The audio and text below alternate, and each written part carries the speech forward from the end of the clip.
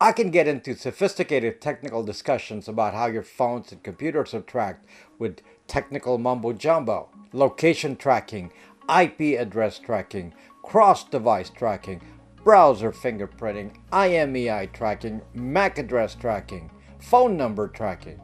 There's a lot, isn't there? And yet, the most basic of all approaches to tracking is ignored.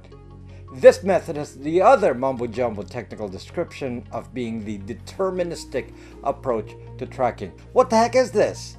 Deterministic tracking basically means tracking you with 100% accuracy. What I will explain is that this is the simplest way to track all of you, and the funny thing is that normies are so happy to allow this. It's super obvious, but the precision of this tracking is incredible. The result, big tech and government knows exactly what you're thinking and can then use this information to either suppress you or amplify your voice as it suits their agenda. If you want to say no thank you to big tech for including you in their surveillance infrastructure, stay right there and listen.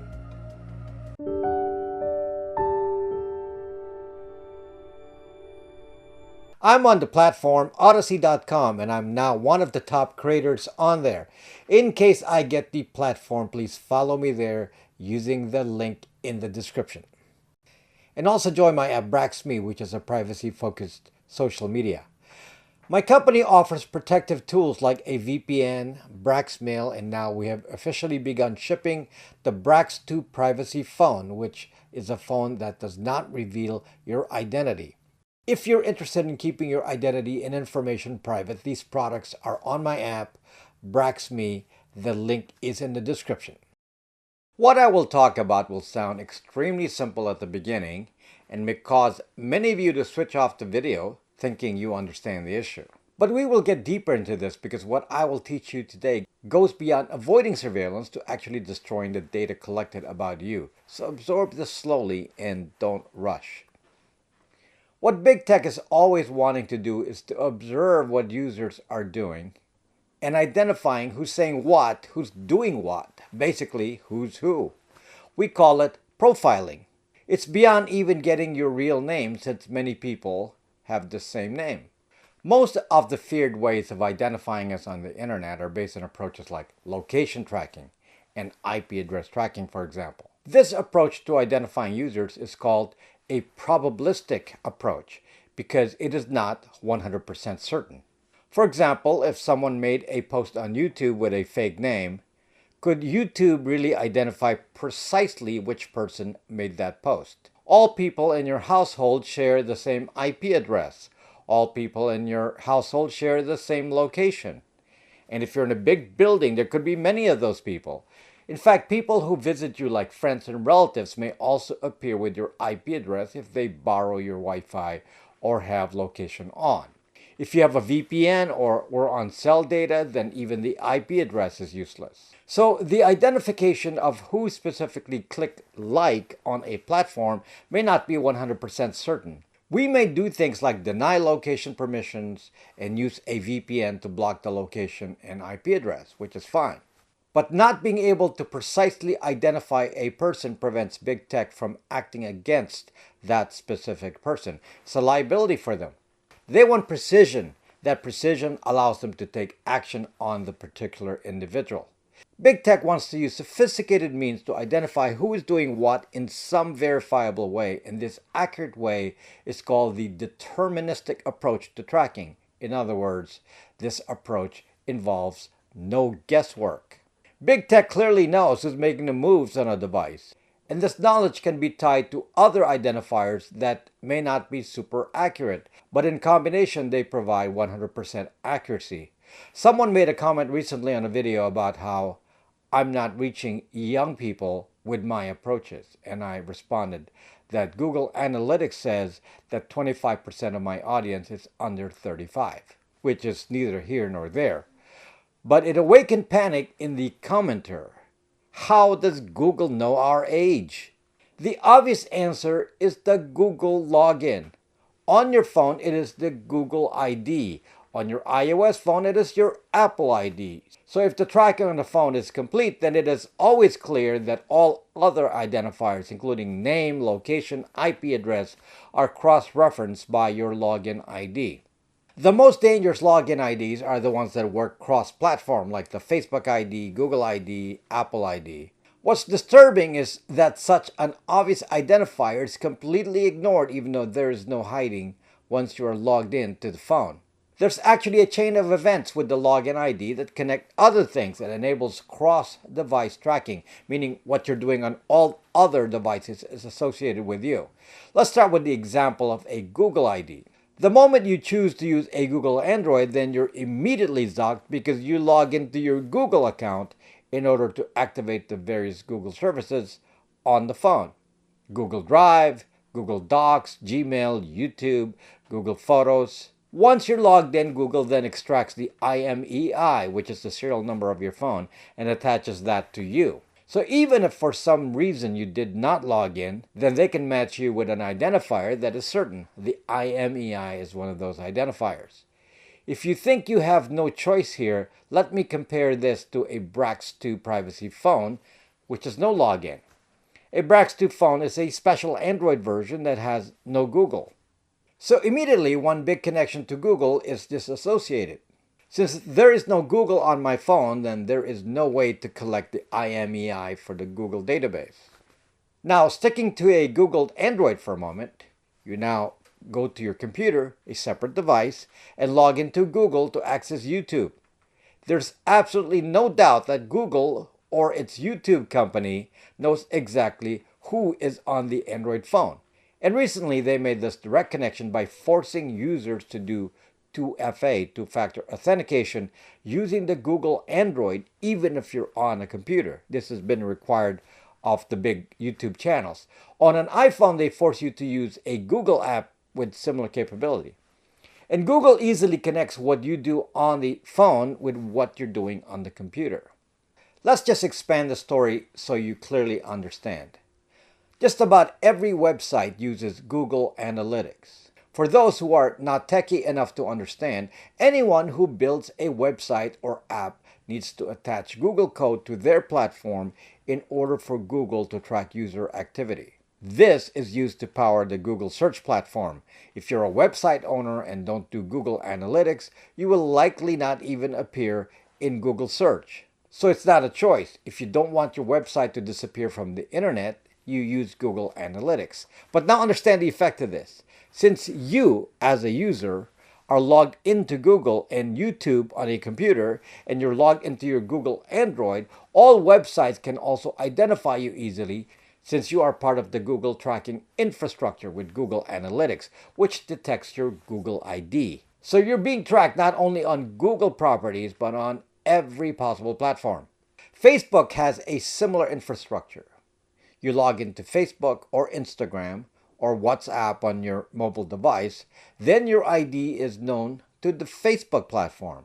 When you go visit other apps or other sites, you are basically carrying your Facebook ID with you. And this works even if you're logged out of Facebook. And since, just like Google Analytics, many sites have Facebook like buttons that behave just like Google Analytics and can thus track your movements on most websites. This is even made easier now by many platforms that allow you to log into other platforms using your Google ID, Facebook ID, and Apple ID, thus guaranteeing once again a clear identity. Hint, do not use cross-platform logins. Apple, of course, also has the Apple ID. So similarly, the Apple infrastructure knows everything you're doing on any iOS device, knows all your locations, and as I keep repeating like a broken record, it also knows your location even when the devices are powered off. And as I explained many times, this is because an iOS device turns into an AirTag when powered off. So in general, the idea of a login is a surefire way to prevent any kind of hiding. The choice of a phone affects your login choice. And as I also said, Apple also now requires apps to offer an Apple ID login if they offer alternate platform logins. Anyway, I know the smart people here have already come up with what they think is an answer, and that is, I won't log in. You will find that you cannot do this. There's no actual way to log off on a mobile phone since the identity of the phone is already compromised. And this isn't the full answer either, so let's just go through this more carefully. We are always so willing to log in. There's a consequence to not logging in. If you use the cloud services of Apple and Google, like iCloud, Gmail, Google Drive, Google Photos, then you are deprived access. Even on YouTube, you're not able to comment or subscribe if you're not logged in. Of course, you cannot use Facebook without a login. And if Facebook is your family photo album, then of course you cannot live without your Zuckbook. So part of the obsession with the cloud services of these various big tech platforms is the requirement that you must always log in. Now, I'm on YouTube, so clearly I'm willing to log in with a Google ID or I lose access to my channel. There's a way to log in but without the bad effects, and I will explain that in a moment. By the way, I'm not on Facebook and my iOS devices no longer get any use. They're kept inside Faraday bags, so the other platforms are not a concern to me. So we're just going to focus on Google in my case here and use that as an example. So I'll tell you what I've done and how I actually use the Google ID to work for my intent rather than have it used against me. The main thing to understand is that you need to take control of when you want to log in. Log in because you want to, at your discretion, and not because you are forced to. This means changing your view of devices you need to have and how you use them. Key to this choice is to have a phone that does not have a login. The only solution to this is to not use the standard normie iPhone or Google Android. I personally use a Brax2 privacy phone, which is an Android open source project or AOSP based phone. This falls into what I generally describe as de-Googled phones. There are several OS options that can be de-Googled. For example, Google Pixels of various kinds can often be de-Googled, and my company offers a de-Googling service, or we already have phones pre-made that are available. A de-Googled phone means that the standard Android is removed and replaced with the open source version and without any Google applications called gaps. There are other options. Obviously, a flip phone without any browser will fulfill the same requirement. However, it doesn't have the functionality you expect in a smartphone. There are other potential phones like Linux phones, which are still mostly in development, like the Pinephone Pro, for example. They're not as user-friendly for the regular consumer, and the apps are limited. But in any case, there are options. What is good about the AOSP option, like using a Brax2 phone or some other de-Googled Android, is that the phone is still mostly an Android experience and most expectations of what a phone will do are still fulfilled. You can listen to Spotify, use Kindle, watch Netflix or Prime Video, play games, and so on. The main limitation is that you have no access to Google Apps. You have to find alternatives to Google Maps, and whatever you cannot access through an app, you need to access via the browser. It could be slightly inconvenient for those not willing to make any privacy moves, but the benefits are obvious. When you use a phone that has no login, you can immediately understand that some identification has been immediately removed. It should be intuitive to understand. Now, in my case, because I have a good-sized YouTube channel, Google doesn't let me get away with not having a Google Android. I talked about this in a two-factor authentication video. Google wants to make sure they have some phone where they have the IMEI of the phone. So I have an old Google Android in reserve, always off and in a Faraday bag. In a pinch, I can log in, but again, always based on my own choice and need and not based on their need. If I have to log into YouTube on my Brax2 phone, I can do it on the browser of the phone. The only requirement is that I clear cookies immediately after using it, or Google will continue to track some elements of the phone's activity and other websites I visit. Most of my interaction with YouTube is on a computer. I'll talk about the specific approach I take with YouTube and Chrome. But first, understand the effect of my phone choice. YouTube and Google connects my activity to my Google Android. And as I said, I do have one. I haven't turned it on in months. And because I don't really use it, there's no particular thing that Google can track. It's as if I don't exist much on mobile. But I am on mobile. I just have a different phone that is invisible to both Google and Apple.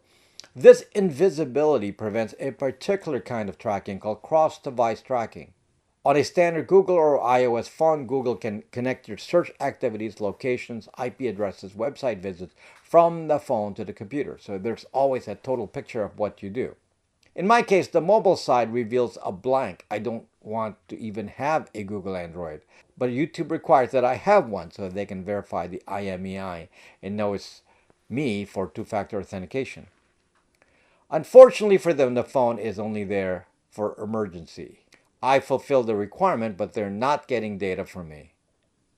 The way I do two-factor authentication mostly is via a second SIM card in my Brax2 phone that I use for texting only. This has a different phone number, a phone number that is not known to any acquaintance. Now let's say I visit some website on the phone browser. Google then is unable to match my activity to my Google ID because I'm not logged in. Google cannot see the IMEI to match that either. They may be able to get the IP address if I forget to use a VPN. But that is probabilistic and not a 100% certain way to identify me as an individual. Now let's return to the browser. As I said, in my case, most of my activities on YouTube are done on a browser. In fact, most of my activities on Google are done on a specific browser, which is Chrome.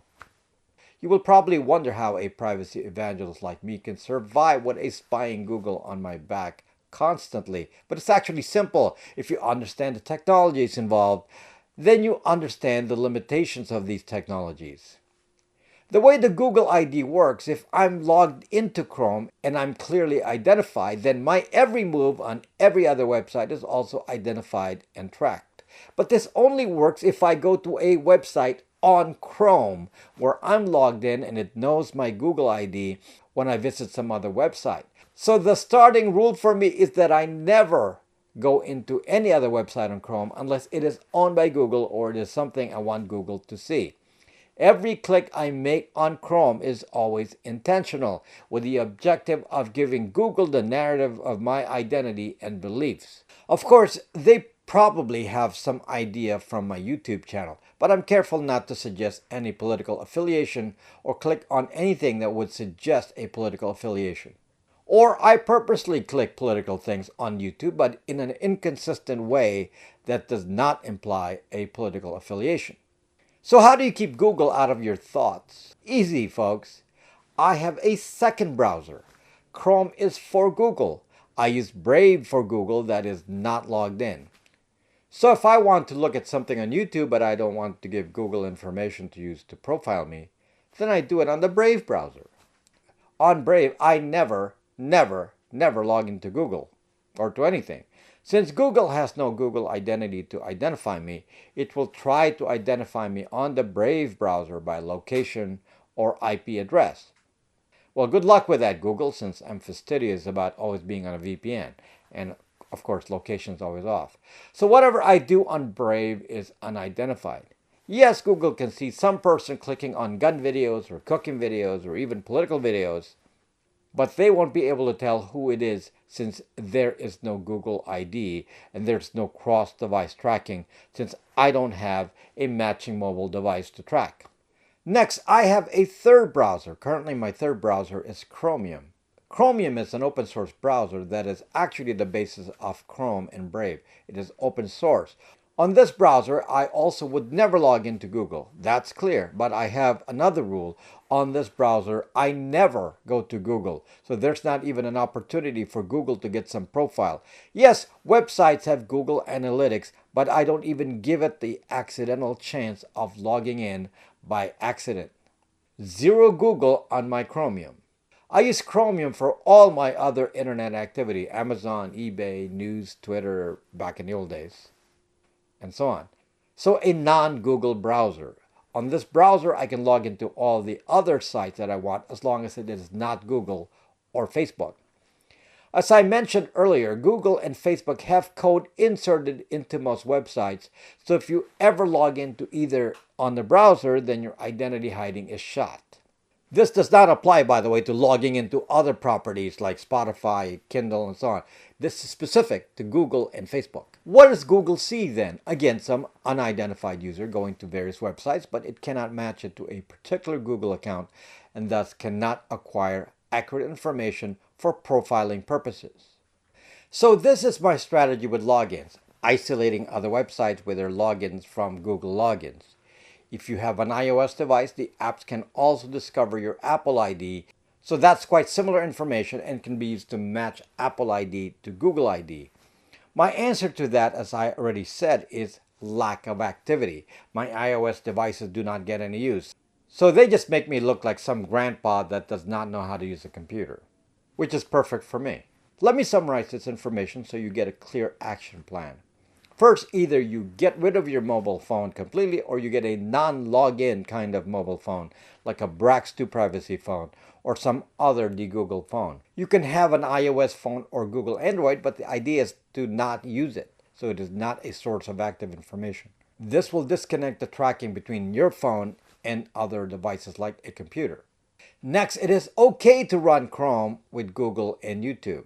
But Chrome, Google, YouTube, Gmail, and all other Alphabet properties already know what they know. The idea is to not add to that information. So by not visiting other websites on Chrome unintentionally, no further information is available to profile you. By the way, it would really be good to use a Gmail that does not have your real name. By pushing all your other internet activity to browsers that are never logged in, then you prevent the Google ID from ever being matched.